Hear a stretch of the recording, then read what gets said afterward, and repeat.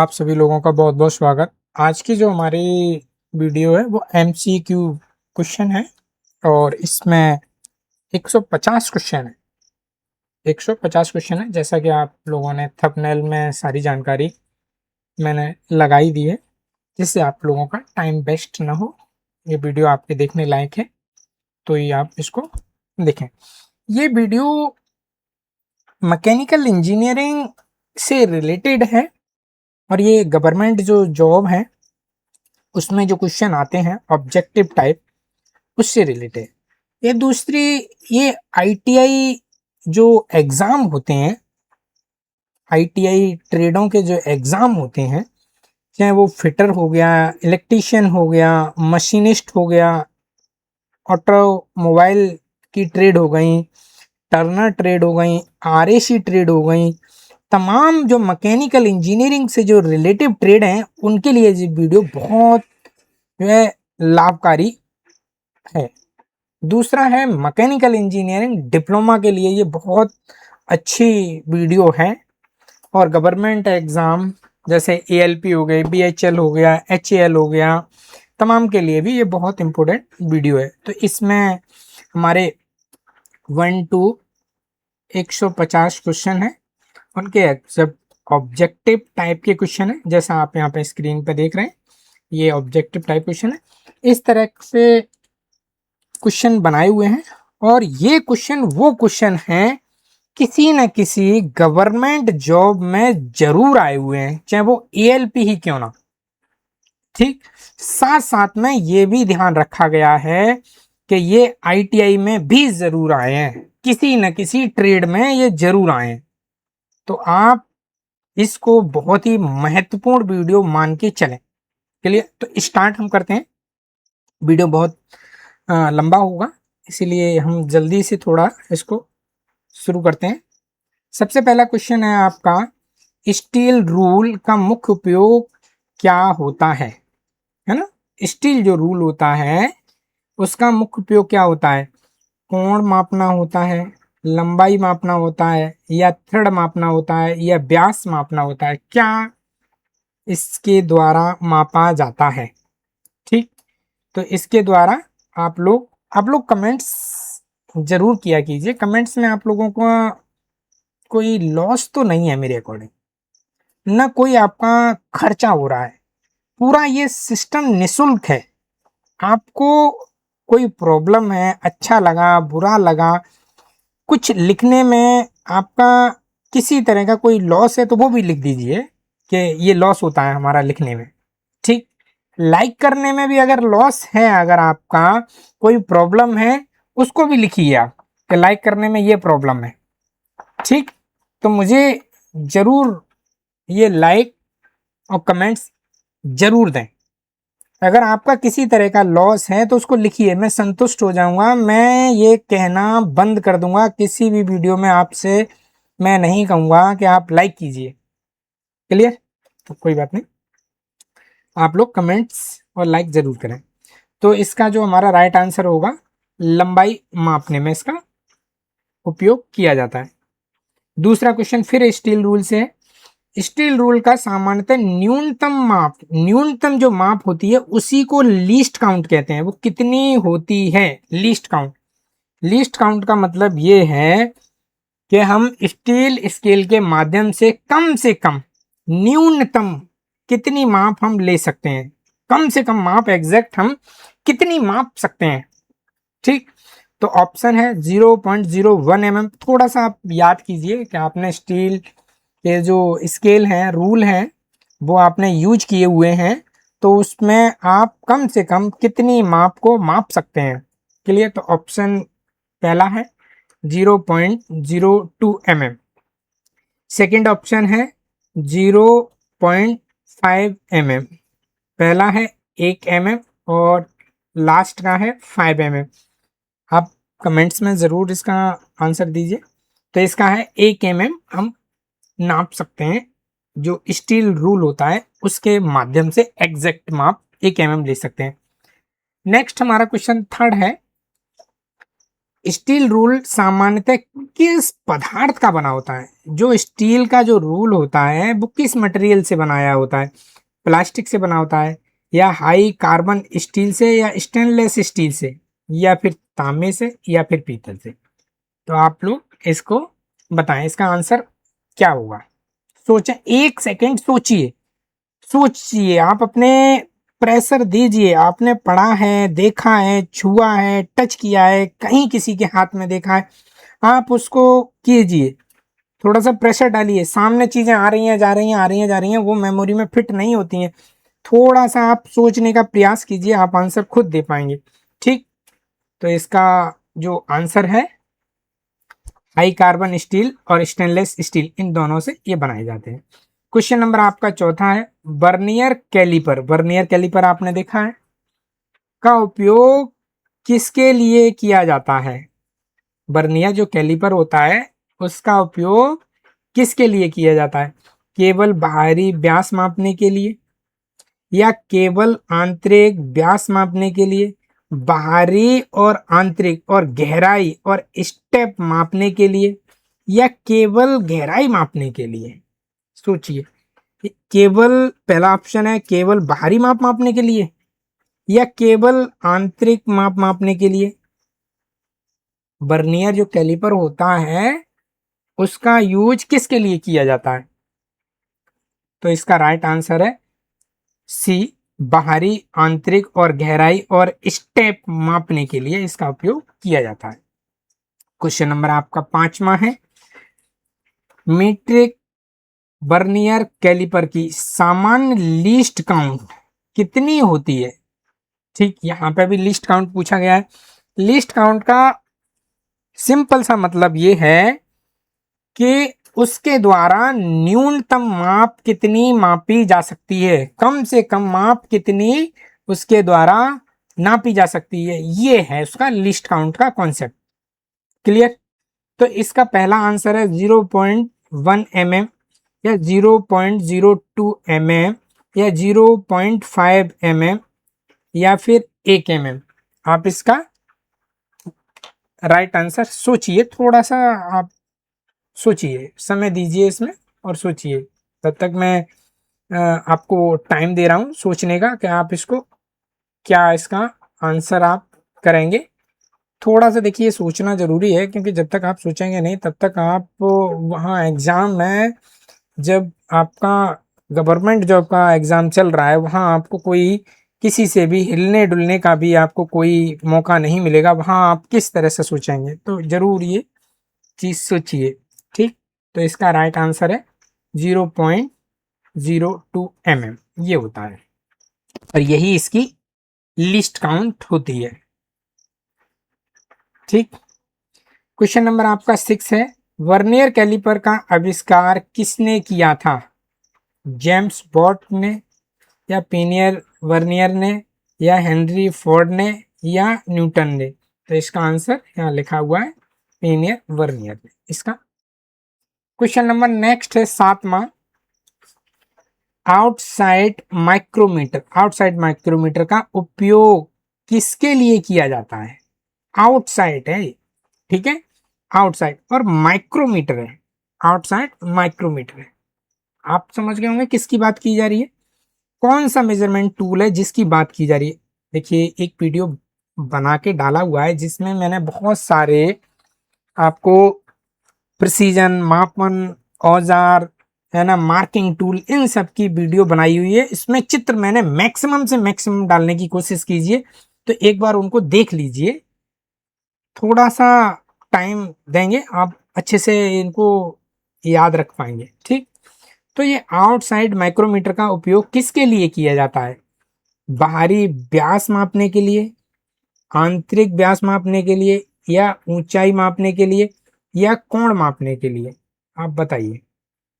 तो इसका right answer है बाहरी व्यास मापने के लिए। क्वेश्चन नंबर आपका 8, आउटसाइड माइक्रोमीटर की लीस्ट काउंट कितनी होती है? अब यहाँ पे आउटसाइड माइक्रोमीटर की आपको लीस्ट काउंट बतानी है, लीस्ट काउंट कितनी होती है। तो पहला ऑप्शन है 0.1 mm, दूसरा ऑप्शन है 0.02 mm, तीसरा ऑप्शन है 0.01 mm, फोर्थ ऑप्शन है 1 mm। तो इसकी लीस्ट काउंट कितनी होती है? मतलब ये जो मेजरमेंट टूल है ये कम से कम कितनी माप को माप सकता है? कम से कम, आउटसाइड माइक्रोमीटर है, आप सोचिए कि कितनी ये माप सकता है। चलिए, ऐसे भी आप अंदाजा लगा सकते हैं कि ये कितने डिजिट तक मेजरमेंट करता था, पॉइंट के बाद कितने डिजिट तक ये मेजरमेंट करता था, ऐसे भी आप लोग आइडिया लगा सकते हैं। चलिए, और आपका जो बर्नियर था वो कितना नाप सकता था? तो इस अकॉर्डिंग भी आप इसका आंसर सोच के लगा सकते हैं। तो इसका राइट आंसर है 0.01 mm। क्लियर। क्वेश्चन नंबर आपका 9वां है, माइक्रोमीटर में किस भाग के द्वारा सूक्ष्म समायोजन मतलब सूक्ष्म एडजस्ट किया जा सकता है? देखिए, इंजीनियरिंग में बहुत सारे आपको गवर्नमेंट जब जॉब का एग्जाम देने जाएंगे तो वहां पे हिंदी के वर्ड मिलेंगे, उन वर्डों से कंफ्यूजन नहीं होना है, उनका वर्जन इंग्लिश में देख लेना है और इंग्लिश में देख के उसको समझ लेना है। तो सूक्ष्म समायोजन का मतलब है एडजस्टमेंट, कुछ कुछ थोड़ा सा एडजस्ट करना है। तो माइक्रोमीटर में किस भाग के द्वारा सूक्ष्म एडजस्टमेंट किया जाता है? एक हल्का सा एडजस्टमेंट करना है माइक्रोमीटर में, तो वो किसके द्वारा किया जाएगा, ये चीज पूछिए। तो इसका जो ऑप्शन दिए गए हैं वो फ्रेम है, रैचिट स्टॉप है, एनविल है और स्लीव है। तो आपने माइक्रोमीटर देखा है, माइक्रोमीटर में देख के आपने चीज़ों को समझा है, सोचा है, तो इसका आंसर आप लगा सकते हैं। तो इसका आंसर है रैचिट स्टॉप से। ठीक, रैचिट स्टॉप से। नेक्स्ट क्वेश्चन है आपका 10वां, ट्राई स्क्वायर का उपयोग किसके लिए किया जाता है? ट्राई स्क्वायर जो है, ट्राई स्क्वायर आपने देखा है तो आप इसका आंसर जरूर सही टिक करेंगे, है ना। 45 डिग्री जांच के लिए, या 90 डिग्री जांच के लिए, या 60 डिग्री जांच के लिए, या 30 डिग्री जांच के लिए। तो इसका राइट आंसर है 90 डिग्री जांच के लिए। क्वेश्चन नंबर आपका 11वां है, ट्राई स्क्वायर का मुख्य उपयोग क्या होता है? ट्राई जो स्क्वायर है इसका मुख्य उपयोग क्या होता है? लंबाई का मापना होता है, या समकोण राइट एंगल की जांच करना होता है, या व्यास मापना होता है, या थ्रेड मापना होता है? इसका जो मुख्य उपयोग है ट्राई स्क्वायर का मुख्य उपयोग, इसका मुख्य उपयोग क्या होता है, किस लिए बनाया गया है, ये किसके लिए बनाया गया है? अल्टरनेटिव हम इससे कुछ भी काम करते हैं वो ठीक है, लेकिन इसका बेसिक जो काम है, मुख्य काम है, वो क्या है? तो इसका बेसिक जो काम है समकोण की जांच करना, राइट एंगल की जांच करना। ठीक। क्वेश्चन नंबर आपका 12 है, ट्राई स्क्वायर में ब्लेड किससे जुड़ी होती है? जो ब्लेड होती है वो किससे जुड़ी होती है? फ्रेम से जुड़ी होती है, या स्टॉक से जुड़ी होती है, या जॉ से जुड़ी होती है, या स्पेंडल से जुड़ी होती है? किससे जुड़ी होती है? ट्राई स्क्वायर का जो ब्लेड है, ब्लेड मीन्स जिस पे निशान mm के या इंच के या किसी भी डायमेंशन के जो निशान लगे होते हैं वो ब्लेड है। और वो ब्लेड किससे जुड़ी होती है? फ्रेम से जुड़ी होती है, स्टॉक से जुड़ी होती है, जॉ से जुड़ी होती है, स्पेंडल से जुड़ी होती है, किससे जुड़ी होती है? तो ये जुड़ी होती है स्टॉक से। क्लियर। नेक्स्ट क्वेश्चन आपका 13 नंबर, सरफेस प्लेट का मुख्य उपयोग क्या है? सरफेस प्लेट का, आप सरफेस प्लेट पे रख के आपने पंचिंग करते हैं, हैमरिंग करते हैं, बहुत सारे कार्य आपने सरफेस प्लेट का यूज करते हुए किए हैं, सरफेस प्लेट का यूज करते हुए किए हैं, सरफेस प्लेट पर रखते हुए कार्य किए हुए हैं। तो सरफेस प्लेट का मुख्य जो उपयोग है वो क्या है? पहला है इसका आंसर कटिंग करना है, प्रिसीजन मार्किंग एंड इंस्पेक्शन करना है, या ड्रिलिंग करना है, या वेल्डिंग करना है? क्या इसमें आपका सरफेस प्लेट का मुख्य उपयोग है? क्या उपयोग है इसमें सरफेस प्लेट का? सरफेस प्लेट का मुख्य उपयोग है precision marking and inspection. Clear.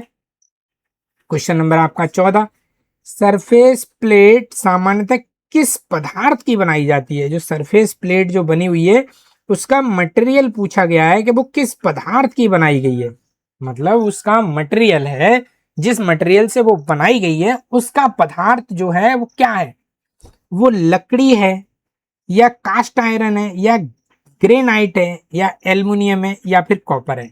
वो 4 ऑप्शन दिए गए हैं, इन चारों ऑप्शन में से एक ऑप्शन आपको चुनना है। क्लियर?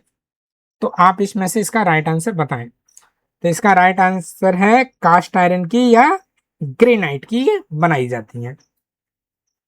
क्वेश्चन नंबर आपका 15 है, सरफेस प्लेट को किस प्रकार की सतह माना जाता है? सरफेस प्लेट को किस प्रकार की सतह माना जाता है, उसकी सतह है वो किस प्रकार की सतह है? सरफेस प्लेट को किस प्रकार की सतह माना जाता है, जो सतह है वो किस प्रकार की है, ये पूछा गया। रफ सरफेस है या रेफरेंस सरफेस है या इंक्लाइंड सरफेस है या कर्व सरफेस है, वो ये सरफेस के आपको चुनना है। ये 4 जो दी गई हैं वो। और सरफेस प्लेट के बारे में पूछा गया है कि सरफेस प्लेट की जो सतह है उस सतह को किस तरह की सतह माना गया है। तो इसका राइट आंसर रेफरेंस सरफेस, क्योंकि रेफरेंस के माध्यम से ही उस पे हमको यूनिवर्सल गेज से काम किया जाता है। क्वेश्चन नंबर आपका 16, यूनिवर्सल सरफेस गेज का मुख्य क्या कार्य है? यूनिवर्सल सरफेस गेज है उसका जो मुख्य कार्य है वो क्या कार्य है? पहला इसमें ऑप्शन है ड्रिलिंग करना, नेक्स्ट ऑप्शन है मार्किंग करना या वेल्डिंग करना या कटिंग करना। सरफेस गेज का मुख्य कार्य क्या है? तो इसका मार्किंग करना इसका मुख्य उद्देश्य है। क्वेश्चन नंबर आपका 17, यूनिवर्सल सरफेस गेज का उपयोग किसके साथ किया जाता है? जो यूनिवर्सल सरफेस गेज है इसका उपयोग किया जाता है वो किसके साथ किया जाता है? ड्रिल मशीन के साथ में किया जाता है या सरफेस प्लेट के साथ किया जाता है या लेथ मशीन के साथ किया जाता है या ग्राइंडर के साथ किया जाता है? किसके साथ किया जाता है? यूनिवर्सल सरफेस गेज का उपयोग किसके साथ किया जाता है, ये आपको बताना है। तो इसका राइट आंसर है सरफेस प्लेट के साथ किया जाता है। क्वेश्चन नंबर आपका नेक्स्ट 18, यूनिवर्सल सरफेस गेज में रेखा खींचने वाला भाग क्या कहलाता है? यूनिवर्सल सरफेस गेज में जो रेखाएं खींचता है वो भाग क्या कहलाता है? उस भाग का नाम बताएं। यूनिवर्सल सरफेस गेज है उसमें लाइन खींचने वाला एक भाग होता है जिससे लाइन खींची जाती है, मार्किंग की जाती है, उस भाग का नाम पूछा गया है। यूनिवर्सल सरफेस गेज में रेखाएं खींचने वाले भाग का नाम क्या कहलाते हैं या उसका नाम क्या होता है या भाग क्या कहलाता है? ठीक है, जॉ कहलाता है, स्क्राइबर कहलाता है या ब्लेड कहलाता है या पॉइंटर कहलाता है, क्या कहलाता है? ये पूछा। क्वेश्चन आप अच्छे से समझ रहे हैं, आप क्वेश्चनों को समझिए उसके बाद में आप आंसर दीजिए। आप मतलब बिना पढ़े बिना समझे बिना सोचे टिक नहीं करना है किसी भी एग्जाम में, चाहे वो आईटीआई का एनसीबीटी आपके एग्जाम कराती है उसके हो गए या डिप्लोमा बेस के हो गए, ये स्टेट वाइज सिलेबस होता है, अलग अलग स्टेट का होता है। एमपी बोर्ड का अलग, स्टेट का पॉलिटेक्निक का पेपर बनाया जाता है, यूपी बोर्ड का अलग बनाया जाता है, राजस्थान का अलग बनाया जाता है, हरियाणा का अलग बनाया जाता है, बिहार का अलग बनता है। तो इस तरह से अलग अलग स्टेट अकॉर्डिंग डिप्लोमा के पेपर बनते हैं और उनका सिलेबस भी अलग अलग होता है। तो ये सारे पेपर जब भी आप फाइनल गवर्नमेंट के या आप अपने एजुकेशन आईटीआई पॉलिटेक्निक किसी भी एग्ज़ाम के अगर आप देते हैं तो क्वेश्चन को बहुत महत्वपूर्ण तरीके से समझना चाहिए, उसके बाद में ऑप्शन पढ़ना चाहिए। और हर एक ऑप्शन जो दिया है उसका कुछ ना कुछ तो मतलब है, कुछ ना कुछ तो उसका रीज़न है, कुछ ना कुछ तो डिफरेंट है।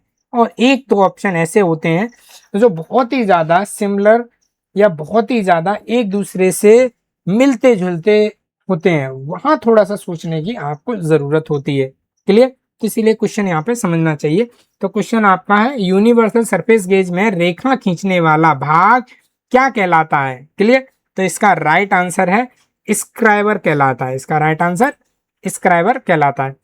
क्वेश्चन नंबर आपका 29 है, बर्नियर हाइट गेज, जो बर्नियर हाइट गेज होता है उसका उपयोग किसके लिए किया जाता है? उसका उपयोग हम किसके लिए करते हैं? ऊंचाई मापने एवं मार्किंग करने के लिए, केवल लंबाई मापने के लिए, या केवल गहराई मापने के लिए, या केवल कोण मापने के लिए? किसके लिए किया जाता है? वर्नियर हाइट गेज का उपयोग पूछा गया है। वर्नियर हाइट गेज का उपयोग किसके लिए किया जाता है? अब यहाँ पे थोड़ा सा भी आप सोच सकते हैं कि वर्नियर हाइट गेज है, इसका उपयोग किसके लिए हो सकता है वर्नियर हाइट गेज का? तो इसका राइट आंसर है ऊंचाई मापने के लिए एवं मार्किंग करने के लिए। क्लियर। क्वेश्चन नंबर आपका 20, बर्नियर हाइट गेज की सामान्य लीस्ट काउंट कितनी होती है? लीस्ट काउंट का मतलब यही होता है, बार बार इस क्वेश्चन को हम लोग देख रहे हैं और पूछा भी बार बार जाता है हर एक एग्जाम में, गवर्नमेंट हो या आपका कोई इंट्रेंस एग्जाम हो या आपका सिलेबस एग्जाम हो। और ये क्वेश्चन का मतलब ये है कि ये तो आपका कोई टूल है, ये वाला ये टूल है, और इस टूल की जो लीस्ट काउंट है, ये लीस्ट काउंट ये डिसाइड करती है कि उस टूल के द्वारा, उस मेजरमेंट इक्विपमेंट के द्वारा, उसके द्वारा न्यूनतम माप एग्जैक्ट कितनी ली जा सकती है, न्यूनतम माप। तो यहाँ पे वर्नियर हाइट गेज है, तो वर्नियर हाइट गेज के बारे में आपको पूछा गया है 0.1 mm या 0.02 mm या 1 mm या 0.5 mm। तो इसका राइट आंसर क्या होगा? तो इसका राइट आंसर है 0.02 mm। क्वेश्चन नंबर आपका 21वां है, हाइट गेज का उपयोग किस सतह पर किया जाता है? हाइट गेज का उपयोग किस सतह पर किया जाता है? इसका मतलब ये है कि हाइट गेज का जब हम उपयोग करते हैं तो हाइट गेज को किस सतह पर रखते हैं, कहाँ रखा जाता है? कहाँ, कहीं पे भी रख के हम काम तो नहीं कर सकते, क्योंकि रीडिंग एक्यूरेट नहीं आएगी। उसके माध्यम से जो रीडिंग ली जाएंगी वो रीडिंग एक्यूरेट नहीं आएंगी, तो इसीलिए उसको कहीं ना कहीं रख के काम किया जाता है, तभी एकदम एक्यूरेट, एक्यूरेसी के साथ में रीडिंग मिलेंगी। तो यही पूछा गया है कि हाइट गेज का उपयोग, हाइट गेज का उपयोग किस सतह पर किया जाता है? मशीन बेड पर, सरफेस प्लेट पर, या बेंच बाइस पर, या वुडन टेबल पर? किस पे किया जाता है? तो इसका राइट आंसर है सरफेस प्लेट पर। क्वेश्चन नंबर आपका 22, फिलर गेज है। फिलर गेज आपने देखा होगा, पढ़ा भी होगा आपने। फिलर गेज का उपयोग किसके लिए किया जाता है? लंबाई मापने के लिए, क्लियरेंस या गैप मापने के लिए, कोण मापने के लिए, या गहराई मापने के लिए? किसके लिए किया जाता है फिलर गेज? फिलर गेज को आपने देखा है? नहीं देखा है तो आप लोग वीडियो देख लीजिए, जिसमें बहुत सारे मेजरमेंट टूल के बारे में चित्र सहित मैंने वर्णन किया हुआ है, तो आप लोग उसको देख सकते हैं। तो फिलर गेज का जो उपयोग है वो किया जाता है क्लियरेंस या गैप मापने के लिए। ठीक।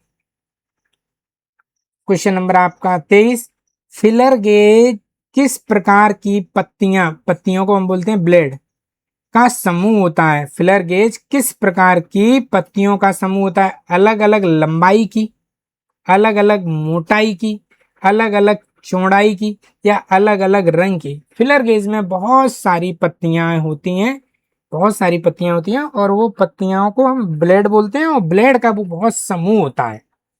तो पत्तियों के बारे में पूछा गया है कि फिलर गेज की किस प्रकार की पत्तियों का समूह है? फिलर गेज किस प्रकार की पत्तियां हैं, उसमें अलग अलग लंबाई की हैं, या अलग अलग मोटाई की हैं, अलग अलग चौड़ाई की हैं, या अलग अलग रंग की हैं, ये पूछा गया है। तो इसमें क्या है, अलग अलग मोटाई की होती हैं, उसमें अलग अलग मोटाई की होती हैं। क्वेश्चन नंबर आपका 24 है, फिलर गेज का सबसे अधिक, फिलर गेज का सबसे अधिक उपयोग, उपयोग कहाँ होता है? फिलर गेज का, फिलर गेज जो यूज किया जाता है उसका उपयोग सबसे अधिक कहाँ होता है, यह पूछा गया। इंजन वॉल्व क्लियरेंस चेक करने के लिए, या पेंटिंग में, या फोर्जिंग में, या फिर कास्टिंग में, कहाँ होता है फिलर गेज का उपयोग?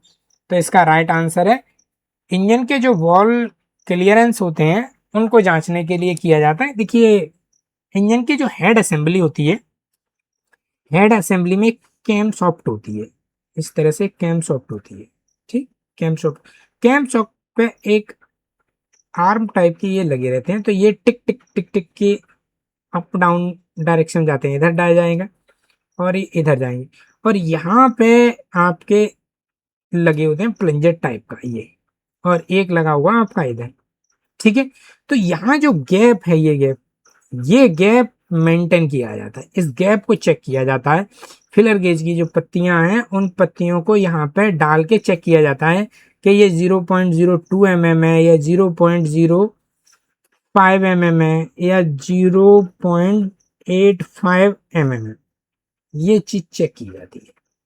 इसका उपयोग ये है। तो ये इंजन की हेड असेंबली का ये पार्ट है। इंजन जो वॉल्व लगे होते हैं, इनलेट वॉल्व और आउटलेट वॉल्व, जिनसे एक तरफ से फ्यूल आता है, फ्यूल का मतलब गैस या ईंधन, जो आप डीजल, पेट्रोल, एलपीजी गैस बोल सकते हैं, और दूसरी तरफ इस सिलेंडर में इनका बर्नआउट होता है और उसके बाद दूसरी तरफ इनका निकासी होता है। तो ये इनलेट बोला जाता है और ये आउटलेट, ये चीज होती है।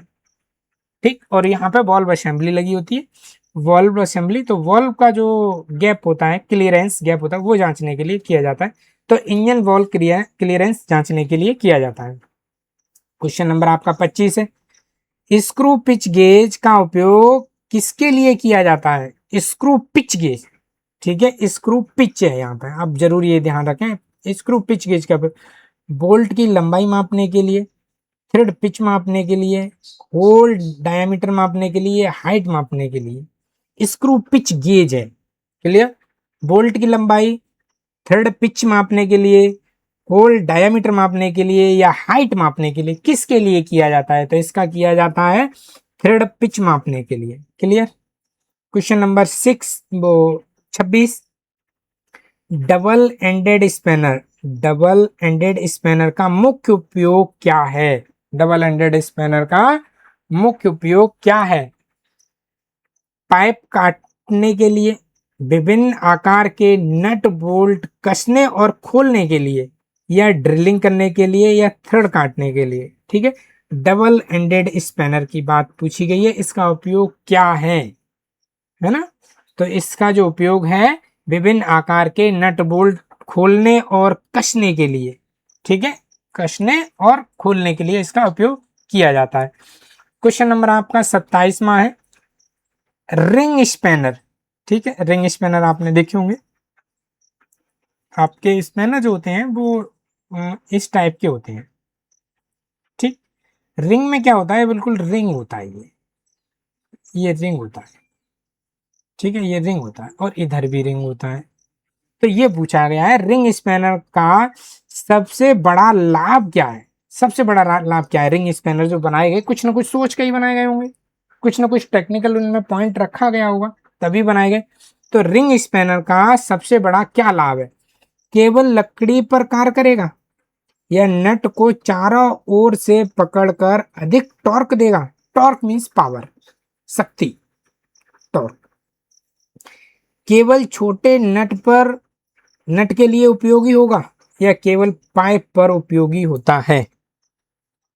आप सोचिए और इसका आंसर आप खुद देने का प्रयास कीजिए, खुद हिम्मत लगाइए और इसका राइट आंसर टिक करने का प्रयास कीजिए। आप दे पाएंगे, बिल्कुल दे पाएंगे, कोशिश करेगा।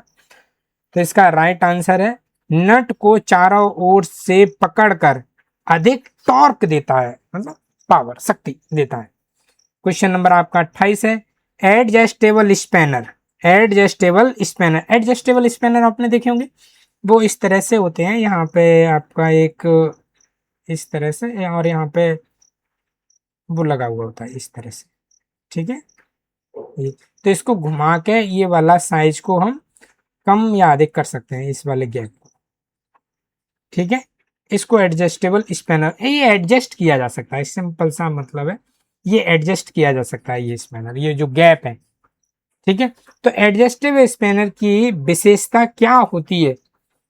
इसका आकार निश्चित होता है, इसका आकार है ये जो इसका आकार नहीं, इसके जबड़े का आकार बदला जा सकता है। यह केवल पाइप के लिए उपयोगी है। इसका उपयोग केवल बोल्ट काटने में होता है। आप इसका आंसर सोचिए और बताइए कि इसका एडजस्टेबल स्पैनर की क्या एक खास विशेषता है। इसका आकार निश्चित रहता है, केवल जबड़े का आकार बदला जा सकता है, या केवल पाइप के लिए उपयोगी होता है। इसका उपयोग केवल बोल्ट काटने में होता है। तो इसका राइट आंसर है इसके जबड़े का आकार बदला जा सकता है। इसके जबड़े का आकार बदला जा सकता है। क्वेश्चन नंबर आपका 29 है। Ball pein hammer. Ball peen hammer का मुख्य उपयोग किस कार्य में किया जाता है? बॉल पिन हैमर है, उसका विशेष कार्य क्या है, यह किस लिए बनाया गया है, उसका क्या कार्य है? तो लकड़ी काटने में होता है, धातु कार्य या रिवेटिंग या चिपिंग में होता है, पाइप मोड़ने में होता है, या माप लेने में होता है। माप लेने में कैसे हो सकता है भाई, है ना? पाइप को मोड़ने में भी नहीं। लकड़ी काटने में, लकड़ी कैसे कटेगी भाई हमारे से? तो इसका राइट आंसर है धातु कार्य में, रिवेटिंग एंड चिपिंग कार्य में इसका उपयोग किया जाता है। क्वेश्चन नंबर आपका 30 है। हैमर का हैंडल सामान्यतः किस पदार्थ का बना होता है? हैमर का हैंडल, हैमर का हैंडल किस पदार्थ का बना होता है? कांच का बना होता है, लकड़ी या फाइबर का बना होता है, रबर का बना होता है, या प्लास्टिक सीट का बना होता है? हैमर का जो हैंडल है वो किस पदार्थ का बना होता है? आप लोग बताएं। इसका राइट आंसर होगा लकड़ी या फाइबर का बना होता है। क्वेश्चन नंबर आपका 31 है। हैमर का कौन सा भाग वर्कपीस पर प्रहार करता है? जो हैमर होता है ये आपका हैमर है, ठीक, ये आपका हैमर है, ये मान लेते हैं ये हैमर है आपका, ठीक है। जो हैमर का कौन सा भाग हमारे जॉब पर प्रहार करता है उसका नाम बताना है। हैमर का, ये हैमर है, उसका कौन सा भाग जो है वो वर्क पीस पर, मतलब जॉब पर, आपका जॉब पर प्रहार करता है, उसका नाम बताना है। उसको आई बोलते हैं, फेस बोलते हैं, पिन बोलते हैं, या फिर उसको हैंडल बोलते हैं। हैंडल प्रहार करता है क्या जॉब पे? हैंडल प्रहार करता है, या पिन करता है, या फिर फेस करता है, या फिर आई करता है? क्या करता है? तो इसका राइट आंसर है फेस करता है। फेस वाला पार्ट ये होता है, ये क्लियर, ये होता है। Question number 32। Flat screw driver का उपयोग किस प्रकार के स्क्रू के लिए किया जाता है? मतलब फ्लैट स्क्रू ड्राइवर है वो किस तरह के स्क्रू खोलने के लिए किया जाता है? फिलिप्स हेड स्क्रू के लिए, या स्लॉटेड स्क्रू के लिए, या टॉक्स स्क्रू के लिए, या एलन स्क्रू के लिए? किसके लिए किया जाता है फ्लैट स्क्रू ड्राइवर? फ्लैट कौन सा होता है? ये मान लो आप स्क्रू ड्राइवर है आपका, ये इस टाइप का एक स्क्रू ड्राइवर है ये, और इसका जो हेड है ये जो हेड है ये फ्लैट टाइप का रहेगा, इस टाइप का, ठीक है। ये तो ये स्क्रू ड्राइवर है मान लीजिए, और इसका जो हेड है वो फ्लैट है। अब किस तरह के ये स्क्रू हैं? ये 4 टाइप के आपके स्क्रू दिए गए हैं, इसमें से किसको खोलने का कार्य करता है? ये फ्लैट हेड, फ्लैट हेड। तो ये आपका कार्य करता है, स्लॉट होता है उसमें, एक स्लॉटेड स्क्रू होते हैं, उसमें स्लॉट बना होता है। जैसे ये वाला एक स्क्रू है, ये आप एक सपोज मान लीजिए ये वाला, इसमें इस तरह से स्लॉट कटा होगा, ये तो इसमें ये स्क्रू सेट हो जाता है। क्लियर? आपका 33वां क्वेश्चन है। फिलिप्स स्क्रू ड्राइवर का उपयोग किसके लिए किया जाता है? हेक्स स्क्रू के लिए, क्रॉस हेड के लिए, स्लॉटेड स्क्रू के लिए, या स्क्वायर स्क्रू के लिए? किसके लिए किया जाता है?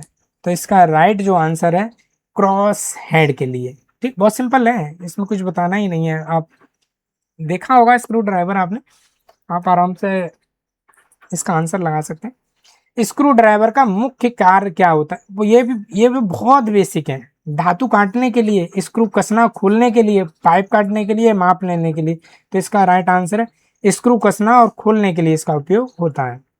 क्वेश्चन नंबर आपका 35 है। Combination plier, combination plier, pliers देखे होंगे आपने, जो आपके घर में यूज होता है वही कॉम्बिनेशन प्लायर होता है। मैक्सिमम आपके घरों में जो यूज होते हैं प्लास प्लायर, वही कॉम्बिनेशन प्लायर होते हैं, मैक्सिमम वही यूज होते हैं। उसका मुख्य उपयोग क्या होता है? केवल पाइप काटना, पकड़ना, मोड़ना, तार काटना, केवल माप लेना, या ड्रिलिंग करना? आप इसका राइट आंसर बताइए, जल्दी बताइए। आपको तो ये देखा है, किया है, इससे काम पकड़ा है, सब कुछ किया है। तो इसका कार्य रहता है पकड़ना, मोड़ना और तार काटना।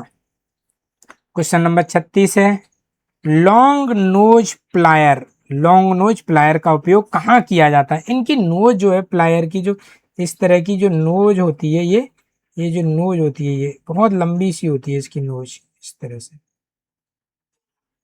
ये जो नोज है ये वाली, ये प्लायर है, ये आप हाथ से, हैंड से यहाँ पे पकड़ते हैं ये। क्लियर? और ये नोज है बहुत लंबी होती है, यहाँ पे ये रिफ्टिंग लगा होता है। ठीक है, ये नोज है, ये लंबी होती है। बड़ी प्लेट पकड़ने के लिए, सक्रिय जगह पे कार्य करने के लिए, या वेल्डिंग करने में, या माप लेने में कहाँ इसका उपयोग किया जाता है? लॉन्ग नोज प्लायर, ये लॉन्ग नोज प्लायर है, आप देख सकते हैं। इनका ऑप्शन सभी आपको ऑप्शन चारों दिए गए हैं और आपको इसमें से एक टिक करना है। तो इसका राइट आंसर होगा सक्रिय जगह पे कार्य करने के लिए। क्वेश्चन नंबर आपका 37 है, प्लायर के कटिंग एज का उपयोग किसके लिए किया जाता है? जो प्लायर में कटिंग एज बनाई जाती हैं उनका उपयोग किसके लिए होता है? मापने के लिए होता है, तार काटने के लिए होता है, या ड्रिलिंग करने के लिए होता है, या पेंटिंग करने के लिए होता है? ये भी बहुत सिंपल क्वेश्चन है। इनका उपयोग होता है तार काटने के लिए। क्वेश्चन नंबर आपका 38 है, कोल्ड चिजिल। कोल्ड चिजिल छेनी, छेनी है ना। कोल्ड चिजिल का उपयोग किसके लिए किया जाता है? गर्म धातु काटने के लिए, ठंडी धातु काटने के लिए, या लकड़ी काटने के लिए, या प्लास्टिक काटने के लिए? किसके लिए किया जाता है? तो इसका उपयोग है ठंडी धातु काटने के लिए, इसका उपयोग किया जाता है ठंडी धातुओं को काटने के लिए। क्वेश्चन नंबर आपका 37 है, फ्लैट चिजिल। फ्लैट चिजिल जो होती है, चिजिल मतलब छेनी का उपयोग उपयोग किस कार्य में होता है? फ्लैट छेनी का जो उपयोग है वो उनका उपयोग किस कार्य में होता है? सामान्य चिपिंग कार्य में, या पाइप मोड़ने में, या थ्रेड काटने में, या ड्रिलिंग करने में? उनका उपयोग किस में होता है फ्लैट चिजिल का? सामान्य जो छेनी होती हैं वो फ्लैट ही होती हैं और उनका उपयोग हम लोग किस कार्य में करते हैं? तो इनका उपयोग सामान्य चिपिंग कार्य में किया जाता है।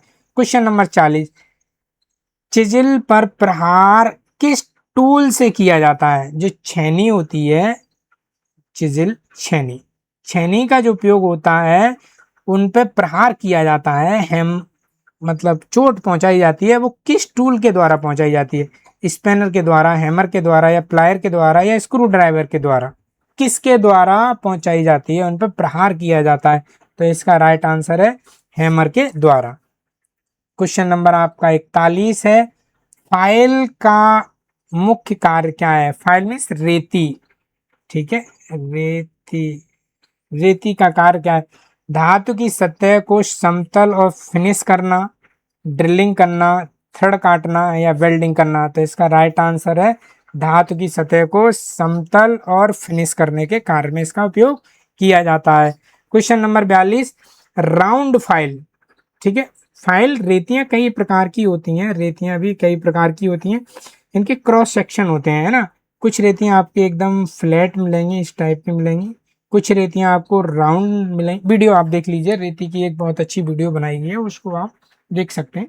तो राउंड जो फाइल का उपयोग है वो किसके लिए किया जाता है? गोल छेद को फिनिश करने के लिए, समतल सतह के लिए, या चौकोर स्लॉट बनाने के लिए, या थ्रेड बनाने के लिए? किसके लिए किया जाता है राउंड फाइल का उपयोग? तो इनका गोल छेद को फिनिश करने के लिए इनका उपयोग किया जाता है। क्वेश्चन नंबर आपका 43 है, फाइल के दांते किस कार्य के लिए होते हैं? फाइल मीन्स रेती। फाइल के जो दांते होते हैं, फाइल है आपका, मान लो एक ये आपकी फाइल है,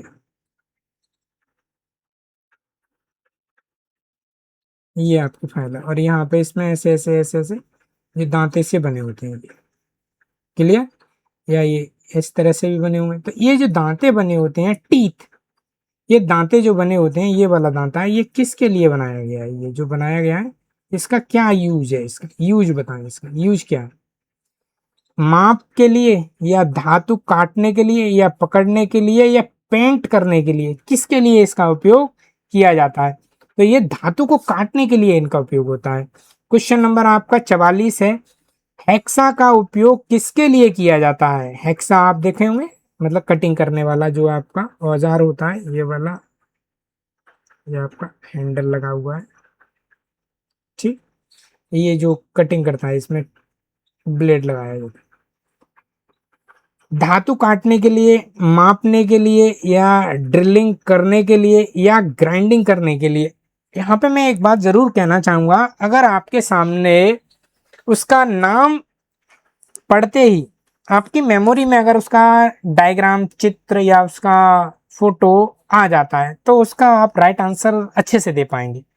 तो आप पीछे वीडियो इसी चीज की बनाई गई है। सबसे पहले आपको डायग्राम के साथ में नाम बताया गया है, ये चीज ये होती है, ये चीज ये है, ये है, इस तरह की वीडियो बनाई गई है। आप उनको एक बार जरूर देख लें, जिससे कि आपको कॉन्सेप्ट बहुत सारे क्लियर हो जाएंगे। पुराना वीडियो देखना भी जरूरी होती है। कोई भी अगर ये सिस्टम फॉलो कर रहा है कि पहले हमको ये चीज बतानी है, तो उसका कुछ ना कुछ यूज होगा, आगे उसका आएगा, आगे वो चीज आएगी।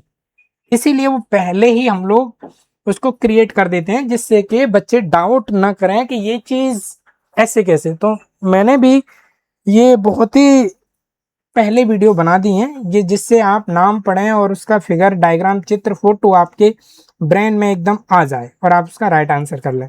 तो हेक्सा का उपयोग किसके लिए किया जाता है, यहाँ पे पूछा है, और आपका हेक्सा इस तरह से होता है, और इसका जो राइट आंसर है, धातु काटने के लिए इसका उपयोग किया जाता है।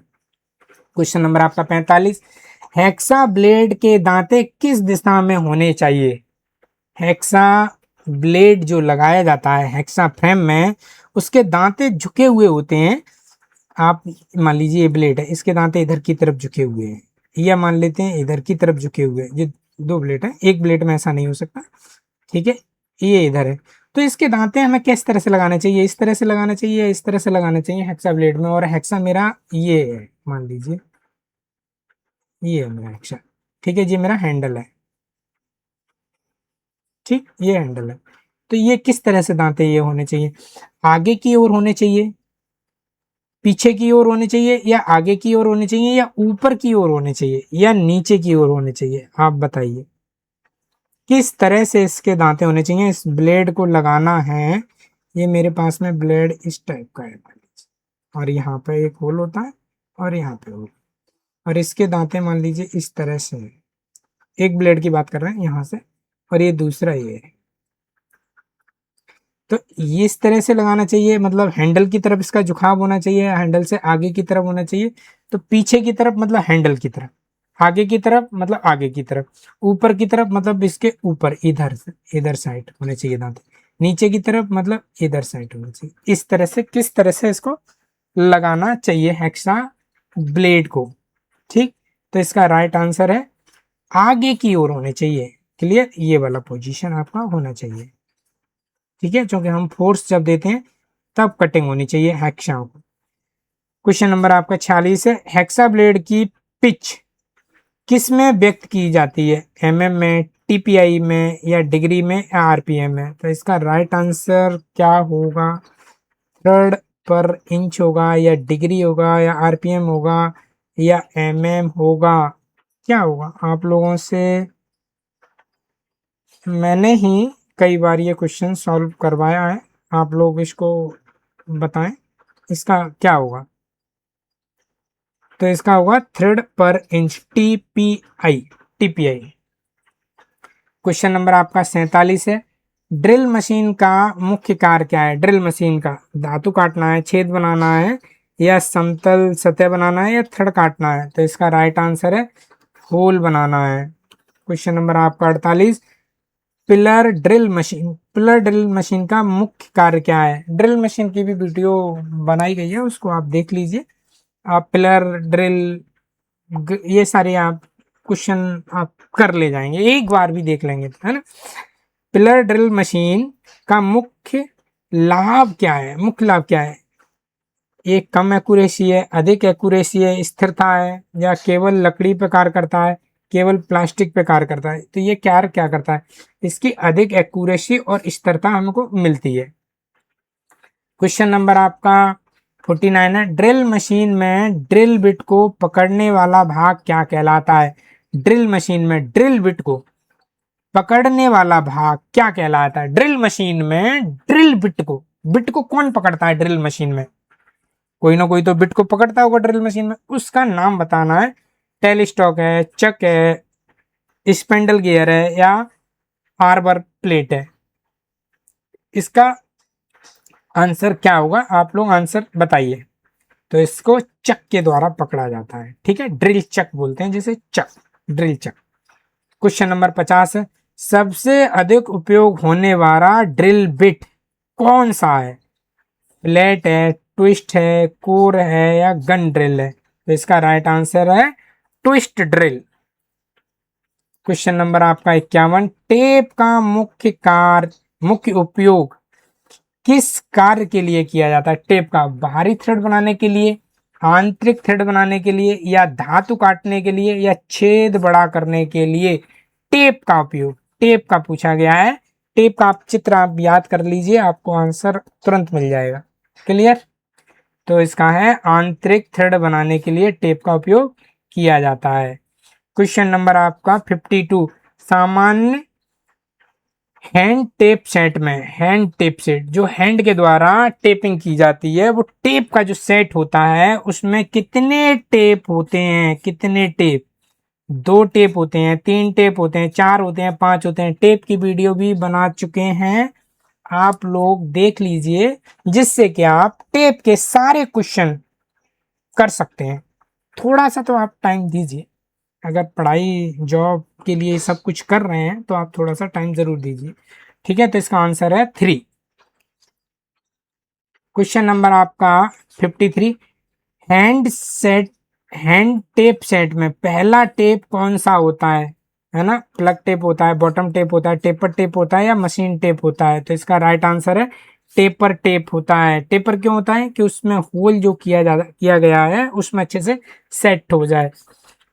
54, डाई का उपयोग किस कार्य के लिए किया जाता है? आंतरिक थ्रेड बनाने के लिए, बाहरी थ्रेड बनाने के लिए, ड्रिलिंग करने के लिए, या रेमरिंग करने के लिए? जो डाई का है, डाई का उपयोग किया जाता है बाहरी थ्रेड बनाने के लिए। Question number 55, round split die का मुख्य क्या लाभ है? केवल एक आकार की थ्रेड बनाने के लिए, थ्रेड का हल्का समायोजन एडजस्टमेंट में किया जा सकता है। मतलब इसका जो ऑप्शन है, थ्रेड का हल्का समायोजन मतलब एडजस्टमेंट, पहले बताया था अभी समायोजन में, थ्रेड का हल्का एडजस्टमेंट किया जा सकता है इसमें, इसलिए इसको स्प्लिट कर दिया जाता है। जो राउंड स्प्लिट डाई होती हैं, डाई को हल्का सा स्प्लिट कर दिया जाता है। तो इसका जो यूज इसीलिए किया जाता है स्प्लिट करने का, राउंड डाई का, इनका हल्का सा एडजस्टमेंट किया जाता है, या केवल लकड़ी पर इसका उपयोग किया जाता है, या इसका उपयोग ड्रिलिंग में किया जाता है? तो इसका उपयोग जो है हल्का सा एडजस्टमेंट के लिए किया जाता है। तो इसका राइट आंसर है थ्रेड का हल्का समायोजन एडजस्टमेंट के लिए किया जाता है ना।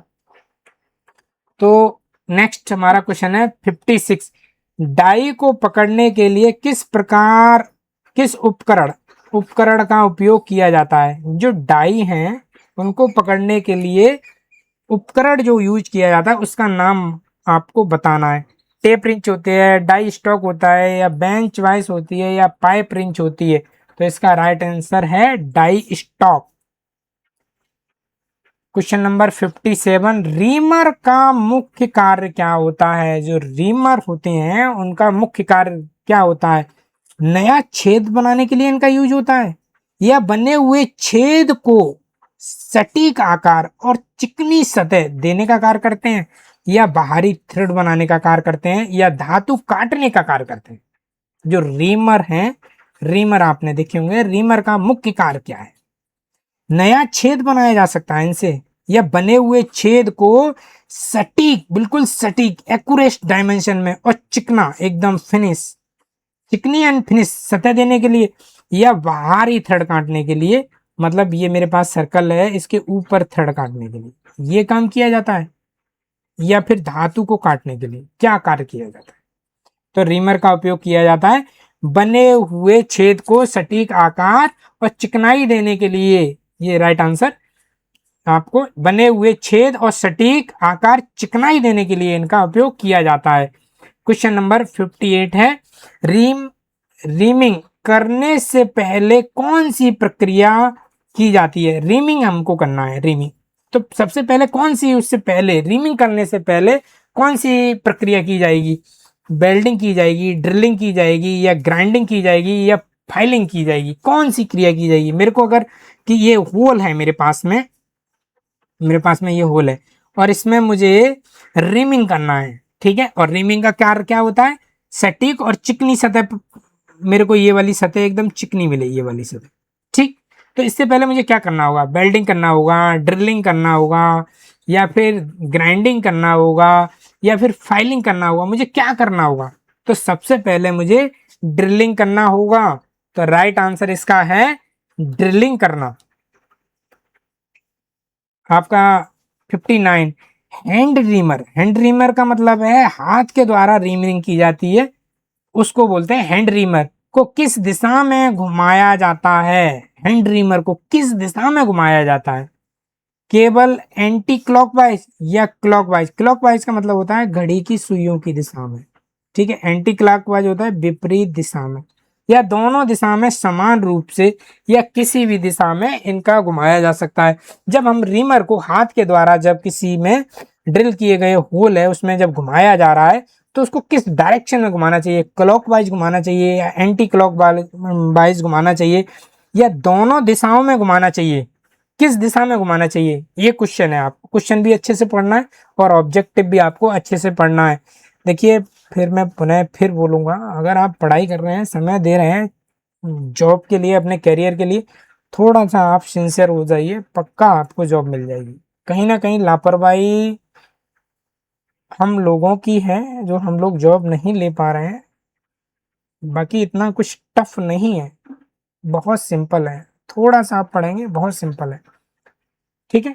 तो इसका राइट आंसर है क्लॉकवाइज डायरेक्शन है, इनमें क्लॉकवाइज डायरेक्शन है। क्वेश्चन नंबर आपका 60 है, काउंटर सिंक का उपयोग किसके लिए किया जाता है?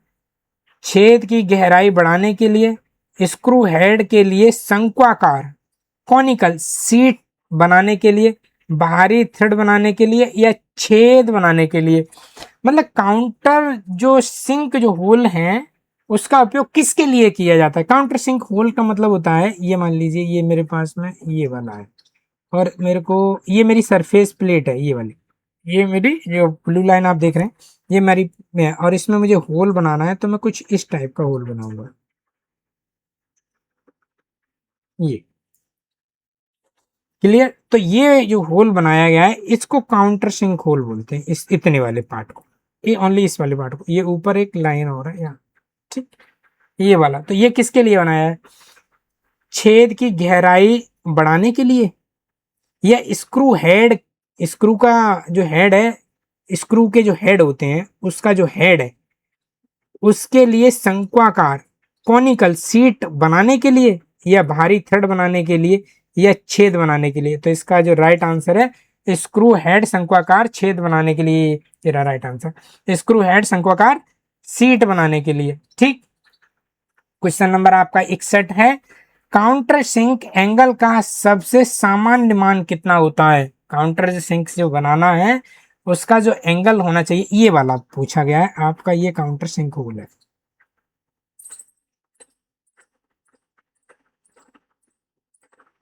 ये जो एंगल है यहां से ये वाला, ठीक है। ये एंगल कितना होना चाहिए? ठीक है, 45 डिग्री होना चाहिए, 60 डिग्री होना चाहिए, 90 डिग्री होना चाहिए, 120 होना चाहिए, कितना होना चाहिए?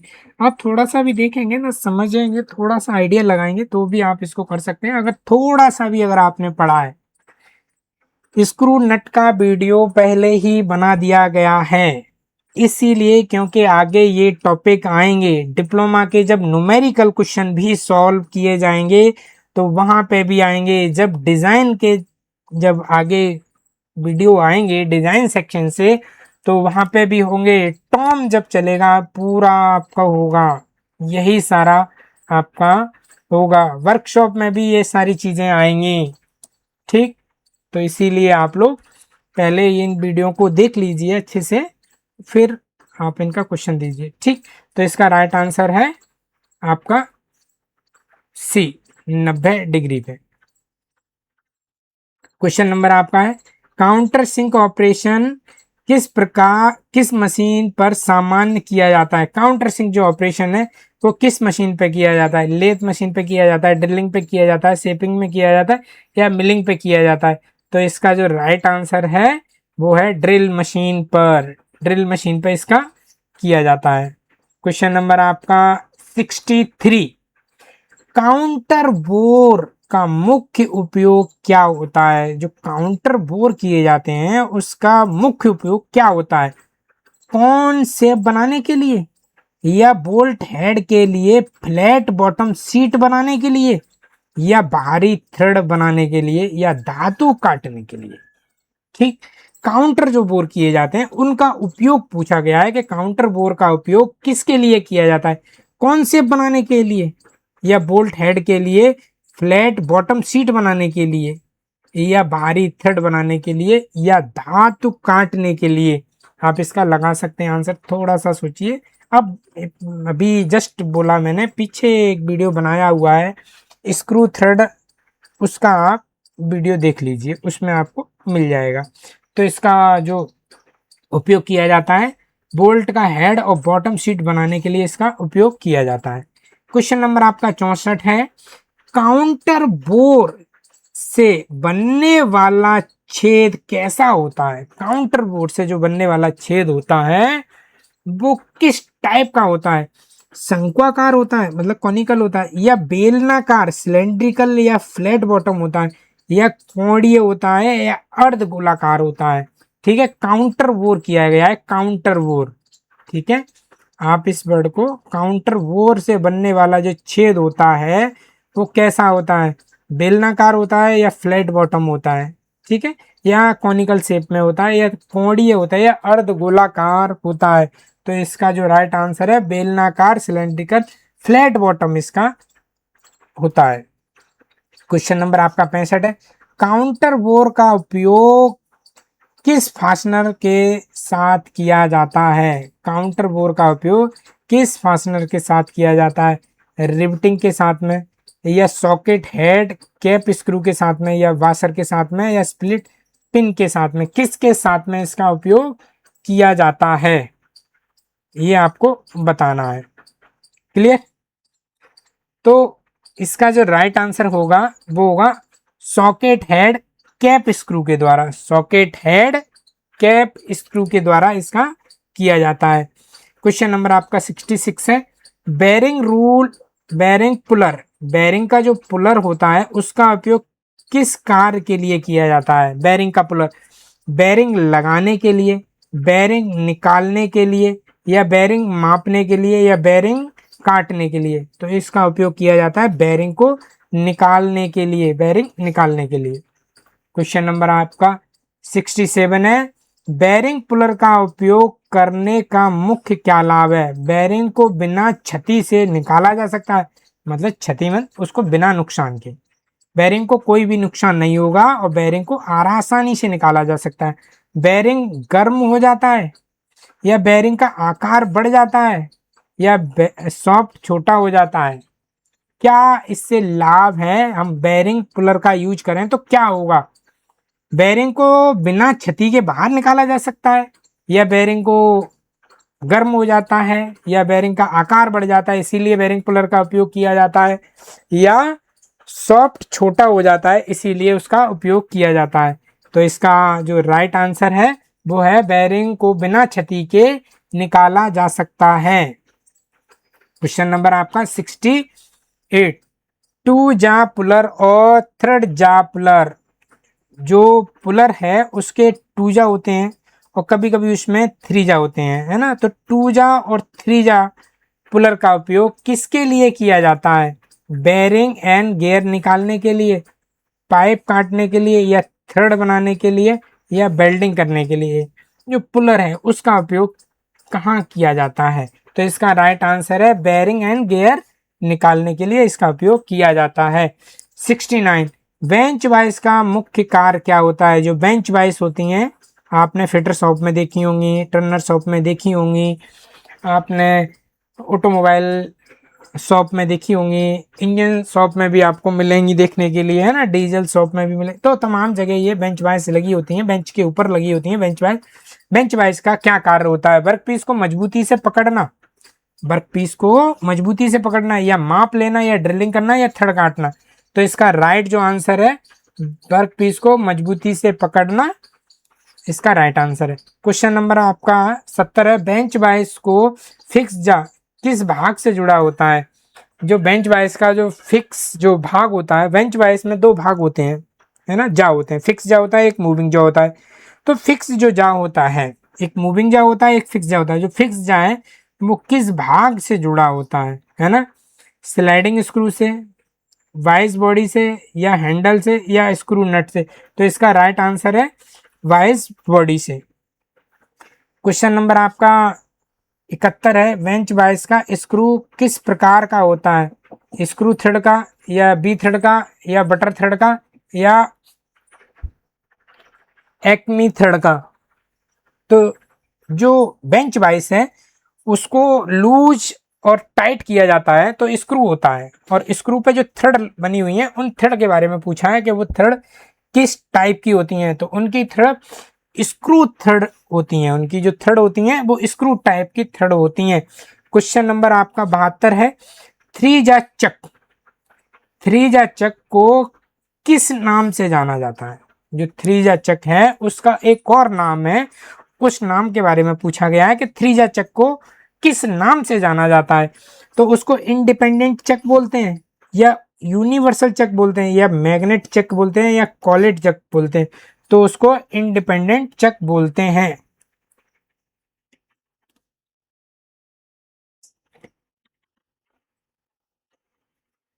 नहीं, उसको इंडिपेंडेंट चक बोलते हैं।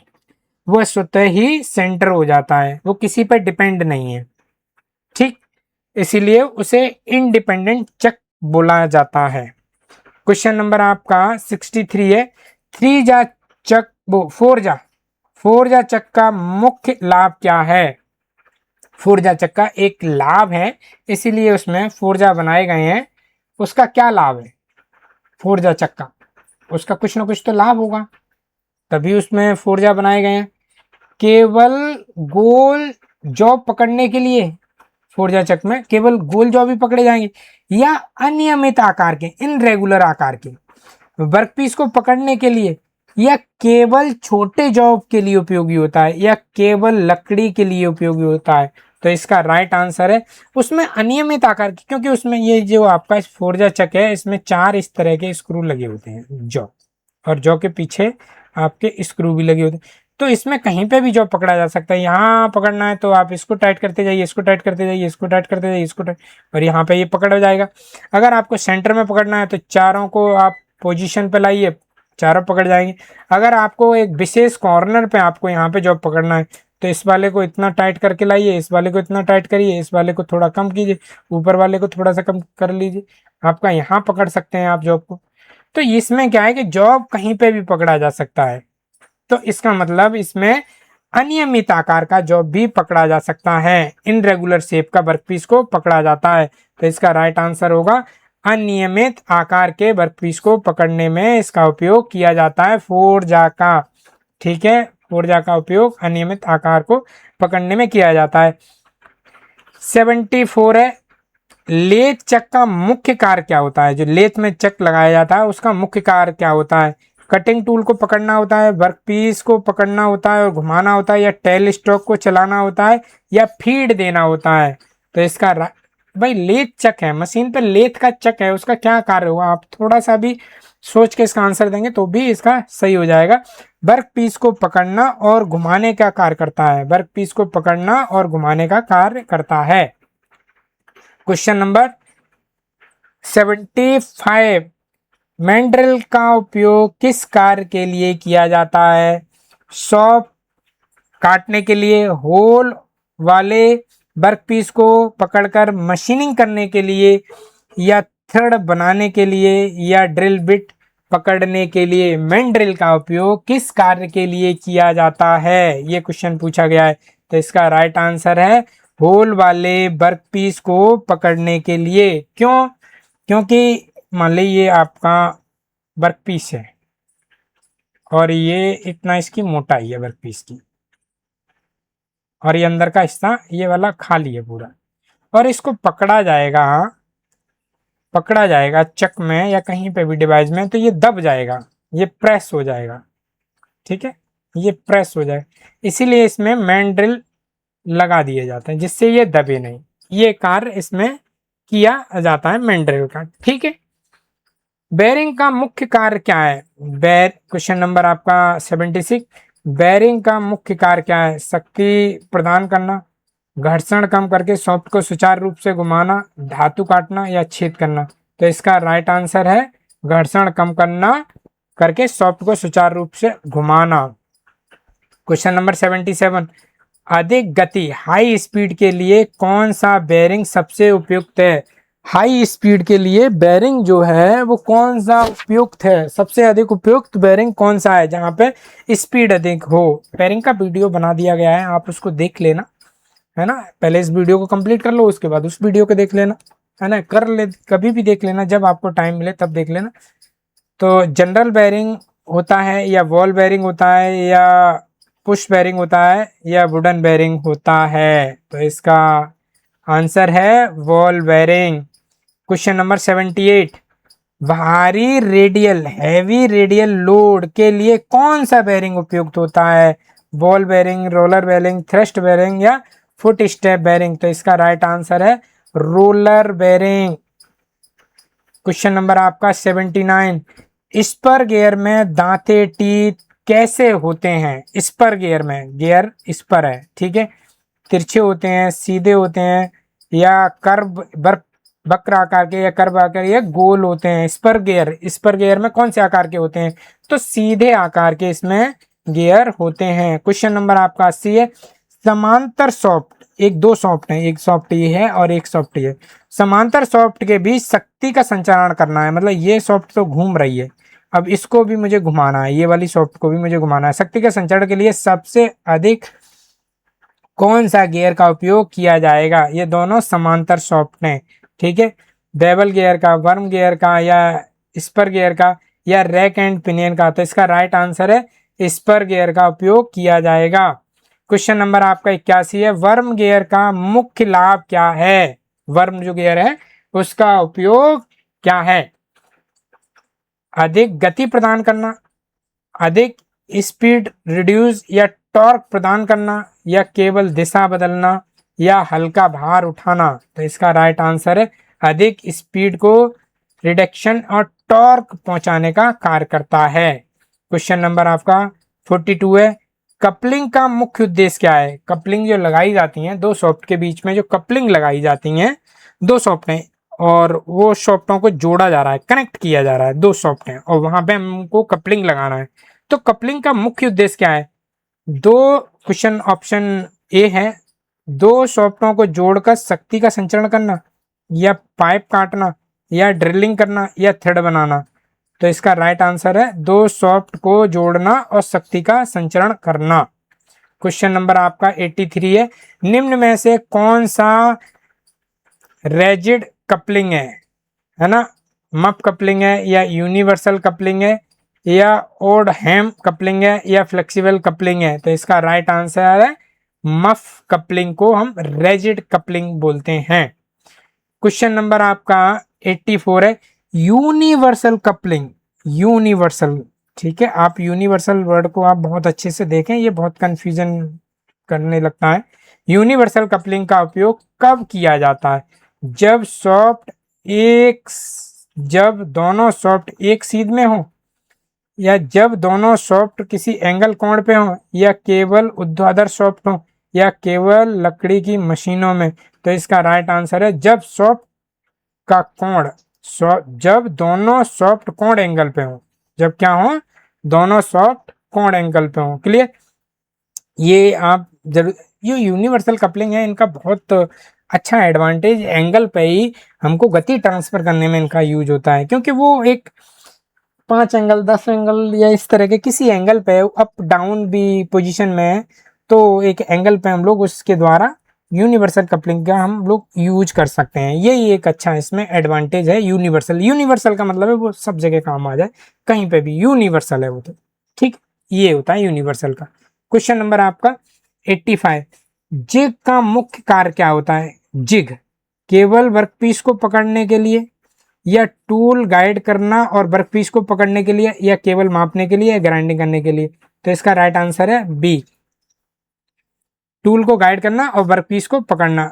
आपका 86, जिग का सबसे अधिक उपयोग किस मशीन पे किया जाता है? ड्रिल मशीन में किया जाता है, शेपर मशीन में किया जाता है, लेथ मशीन में किया जाता है, या पावर सॉ मशीन में किया जाता है? तो इसका उपयोग सबसे ज्यादा ड्रिल मशीन में किया जाता है। क्वेश्चन नंबर 87, जिग का मुख्य लाभ क्या है? उत्पादन में समय बढ़ता है, एक्यूरेसी और प्रोडक्शन बढ़ता है, लागत बढ़ाना है इसका उपयोग। बिल्कुल नहीं, लागत कौन बढ़ाएगा? केवल बड़े वर्कपीस पर कार्य करता है। तो ये आपके 3 ऑप्शन बचे, 3 में बताइए। उत्पादन बढ़ाना, एक्यूरेसी प्रोडक्शन बढ़ाना, या केवल बड़े जॉब पे कार्य करना। तो इसका राइट आंसर है एक्यूरेसी एंड प्रोडक्शन बढ़ाने का कार्य ये करता है। क्वेश्चन नंबर 88, फिक्सर का मुख्य कार्य क्या होता है? केवल टूल को गाइड करना, केवल टूल को गाइड करेगा, या केवल वर्कपीस को मजबूती से पकड़ेगा, या थ्रेड काटना, या मापन। थ्रेड काटना है नहीं, मापन है नहीं। 2 बचे, 2 में से आपका कौन सा राइट आंसर होगा? तो केवल ये वर्कपीस को मजबूती से पकड़ता है, केवल और केवल वर्कपीस को मजबूती से पकड़ने का कार्य करता है। क्वेश्चन नंबर आपका 88, फिक्सर और जिग में मुख्य अंतर क्या है? दोनों टूल को गाइड करते हैं। फिक्सर जो फिक्सर होता है वो टूल को गाइड नहीं करता है। फिक्सर केवल ड्रिल मशीन में उपयोग होता है, या दोनों समान है? दोनों समान कैसे हो सकते हैं? दोनों समान तो हो ही नहीं सकते। ठीक है, तो फिक्सर टूल को गाइड नहीं करता है। फिक्सर जो है ओनली जॉब को गाइड करता है, जॉब को गाइड करता है। ठीक है, फिक्सर टूल को नहीं करता है। ठीक। क्वेश्चन नंबर आपका 90, फिक्सर का सबसे अधिक उपयोग किस मशीन पे किया जाता है? मिलिंग पे किया जाता है, ड्रिलिंग पे किया जाता है, बेंच पे किया जाता है, या बेंच बाइस पे किया जाता है? तो इसका उपयोग किया जाता है मिलिंग मशीन पे किया जाता है। Question number 91, single point cutting tool, single point cutting tool का मुख्य उपयोग किस मशीन पर किया जाता है? लेथ मशीन पर, ड्रिल मशीन पर, मिलिंग मशीन पर, ग्राइंडिंग मशीन पर? तो इसका राइट आंसर है लेथ मशीन पर इसका उपयोग किया जाता है। 92, एच एस का पूरा नाम क्या है? H S S, high speed steel. ये कई बार क्वेश्चन रिपीट हो चुका है, बहुत सिंपल क्वेश्चन है, तो इसका राइट आंसर है high speed steel. Question number 93, carbide cutting tool का मुख्य लाभ क्या है? कार्बाइड कटिंग टूल है, उसका मुख्य उपयोग क्या है? कम गति पर कार्य करने के लिए, या अधिक कटिंग स्पीड सहन करने के लिए, लकड़ी के लिए, या जल्दी घिस जाता है? क्या इसका कार्य होता है? तो ये अधिक कटिंग स्पीड को सहन कर सकता है। जो कार्बाइड कटिंग टूल होते हैं उनका यूज इसीलिए किया जाता है क्योंकि वो अधिक कटिंग स्पीड को सहन कर जाए। टेम्परेचर बढ़ेगा वहां पे, फोर्स भी लगातार बढ़ेंगे, तो वो इन सब चीजों को सहन कर जाते हैं, इसीलिए कार्बाइड कटिंग टूल हम लोग उपयोग करते हैं, कार्बाइड कटिंग टूल। ठीक है। क्वेश्चन नंबर आपका 94 है, स्लिप गेज का उपयोग, मुख्य उपयोग क्या है? प्रिसीजन मेजरमेंट और स्टैंडर्ड सेटिंग के लिए, या ड्रिल करने के लिए, या थ्रेड बनाने के लिए, या धात काटने के लिए? तो इसका राइट आंसर है precision measurement and standard setting के लिए। क्वेश्चन नंबर आपका 95, स्लिप गेज को किस नाम से जाना जाता है? स्लिप गेज है उसको किस नाम से जाना जाता है?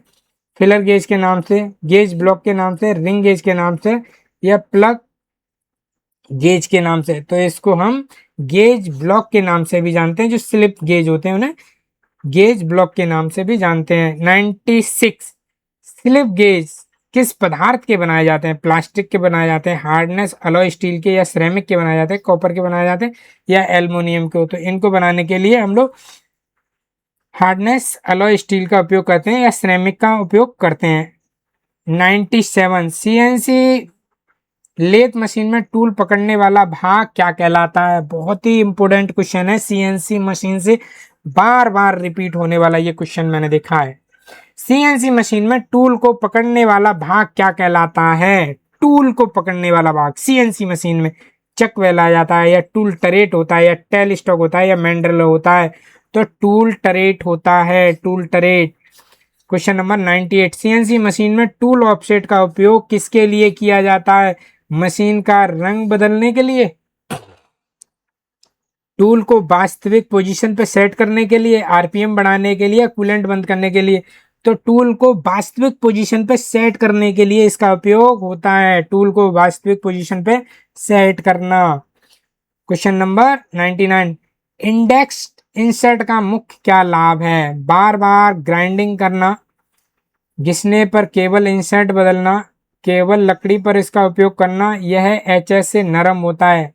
तो इसका घिसने पर केवल इंसर्ट बदलना। ठीक है, इंडेक्सिंग इंसर्ट का क्या लाभ होता है भाई? आपको टूल है और टूल में जो इंसर्ट लगा है उसका इंडेक्सिंग करना है। ठीक है, टूल में इंडेक्सिंग का क्या मतलब हो सकता है? जो इंसर्ट होते हैं, अगर एक इंसर्ट घिस गया तो दूसरे इंसर्ट को, दूसरे तरफ के इंसर्ट को हमको आगे लाना है, तो उसको घुमा देना है, और घुमा के जो प्रक्रिया की जाती है उसी को इंडेक्सेबल किया जाता है। तो इंडेक्सेबल इंसर्ट का क्या लाभ है? घिसने पर केवल इंसर्ट बदला जाता है। अगर कोई मेरे को घिस गया कोई इंसर्ट तो उसको बदल दिया जाएगा, सिंपल सी बात है। ठीक है, आप ये देखिए, मान लो ये आपका टूल है। वीडियो काफ़ी लंबा हो जाता है क्योंकि इस तरह से समझाने में काफ़ी समय लगता है। ठीक है, ये आपका इंसर्ट है ये, और यहाँ पे ये क्लैंप है ये। ठीक है, ये क्लैंप है, और ये वाला आपका घिस गया ये वाला, तो इसको स्क्रू को खोला जाएगा और इस वाले हेड को यहाँ सामने लेके आएंगे, तो इसको इंडेक्सिंग कहा जाता है। क्लियर?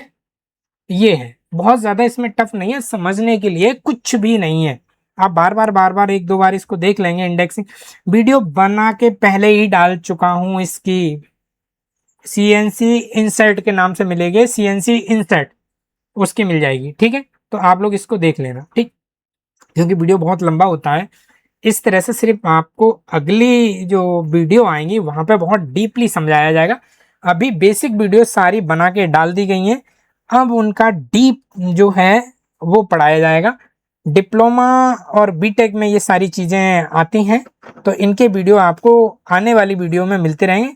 उसके लिए आप लोग चैनल सब्सक्राइब कर लें, बेल आइकन दबा लें। अगर वीडियो पसंद आ रही है तो लाइक ज़रूर दें, एक लाइक देने में आपको, चलिए लाइक करें। ठीक है, आपका क्वेश्चन नंबर 100 है, डायल गेज का मुख्य उपयोग किसके लिए किया जाता है? जो डायल गेज है, डायल गेज आपने देखा होगा, नहीं देखा है तो वीडियो देख लीजिए। ठीक है, डायल गेज का मुख्य उपयोग किसके लिए किया जाता है? बड़े डायमेंशन मापने के लिए, या बहुत छोटे विस्थापन स्मॉल डिस्प्लेसमेंट, रन आउट या अलाइनमेंट चेक करने के लिए, या थ्रेड पिच मापने के लिए, या होल ड्रिल करने के लिए? तो इसका क्वेश्चन जो इसका आंसर है वो बी है, बहुत छोटे विस्थापन डिस्प्लेसमेंट, रन आउट और अलाइनमेंट चेक करने के लिए इसका उपयोग किया जाता है। तो आप लोगों को ये वीडियो कैसा लगा कमेंट्स में ज़रूर बताइए। वीडियो अगर अच्छा लगा तो आपको गुड लिखना है, एक्सीलेंट लिखना है, जो लिखना है आप लिखिए। लाइक आपको ज़रूर दबाना है, लाइक से कोई प्रॉब्लम है तो ज़रूर लिखना है लाइक से ये प्रॉब्लम है। ठीक, आप लोगों का पूरी वीडियो देखने के लिए बहुत बहुत धन्यवाद।